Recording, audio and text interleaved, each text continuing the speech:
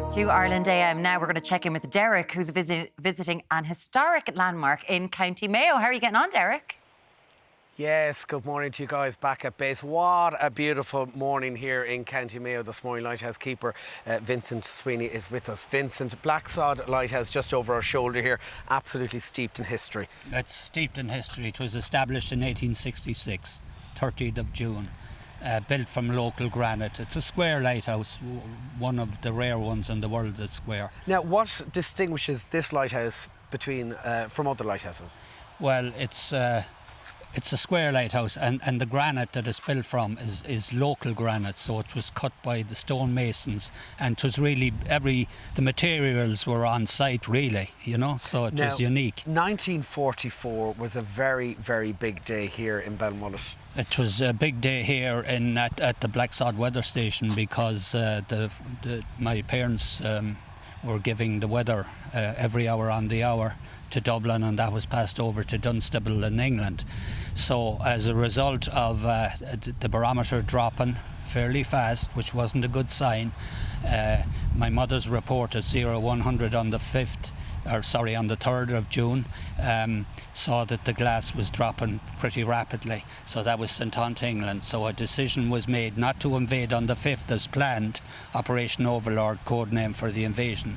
Instead it went ahead on the 6th, so the forecast from here delayed it by one day and saved a lot of lives. So your mother Maureen was instrumental in that decision? She was, yes. And she was a novice, mind you, and she learned as she went along, but she called my father when she got word from the English Met people, please check, please repeat. So she called him because he was more experienced, and all our figures and codes were correct. Isn't that amazing that your mum had an instrumental part in the D-Day landings? Isn't that phenomenal? It is, when you look at Blacksod Point at the southern end of the Mulla Peninsula, and you think nothing happens here, but it's steeped in history.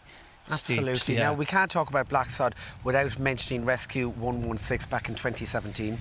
Yes, that was a tragic accident at Blackrock, and they'll always be remembered for their bravery and service to others.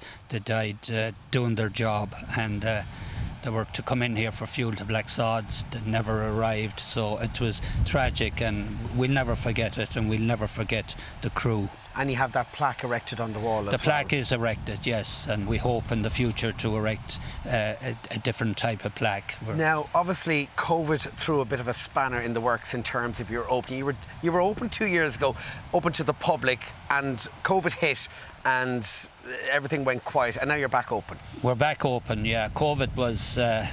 lockdown was terrible, as you all know, and when it opened then there was big interest in it because the ban was still on for overseas travel, so therefore Blacksod was pretty busy at the time for the last 2 years. And it was great to see the people come along, because before this, when it was closed, people would ask, can we see the lighthouse? That wasn't possible. It's possible now, and it's great. And back in the day, your dad was double jobbing. He was, when they were building a house in 1969, the old post office up the road where they lived. The old house had to be knocked, so the Commissioners of Irish Lights gave him permission to put the post office into the bottom of the tower, and that certainly was unique. So was this the only lighthouse in the country that served as a lighthouse, but also as a post office? I think it's the only one in the world. The only one in the world. Yeah. Isn't that phenomenal? Yeah. That's phenomenal. Yeah. And of course, you're living here now close by, so you work the lighthouse every day. I work, yes, and we're on call 24/7, 365 for the rescue services, and but that's both the Coast Guard and the Air Corps. And working with the Commissioner of Irish Lights. Of Irish Lights as well. All right, well, Vincent, thank you so much for that beautiful history lesson here this morning. I have to say, this place absolutely steeped in heritage as well. A great history lesson. Of course, Mum Maureen, like, what a phenomenal role she had to play there in the D-Day landings. Absolutely, and she was 99 on the 3rd of June, so we'll see if she'll make the president's check. Oh, she's nearly 100. She's nearly 100. Happy birthday, Maureen. All right, there we have it, guys. What a beautiful morning we're having here in Blacksod in County Mayo. Back to you in the studio.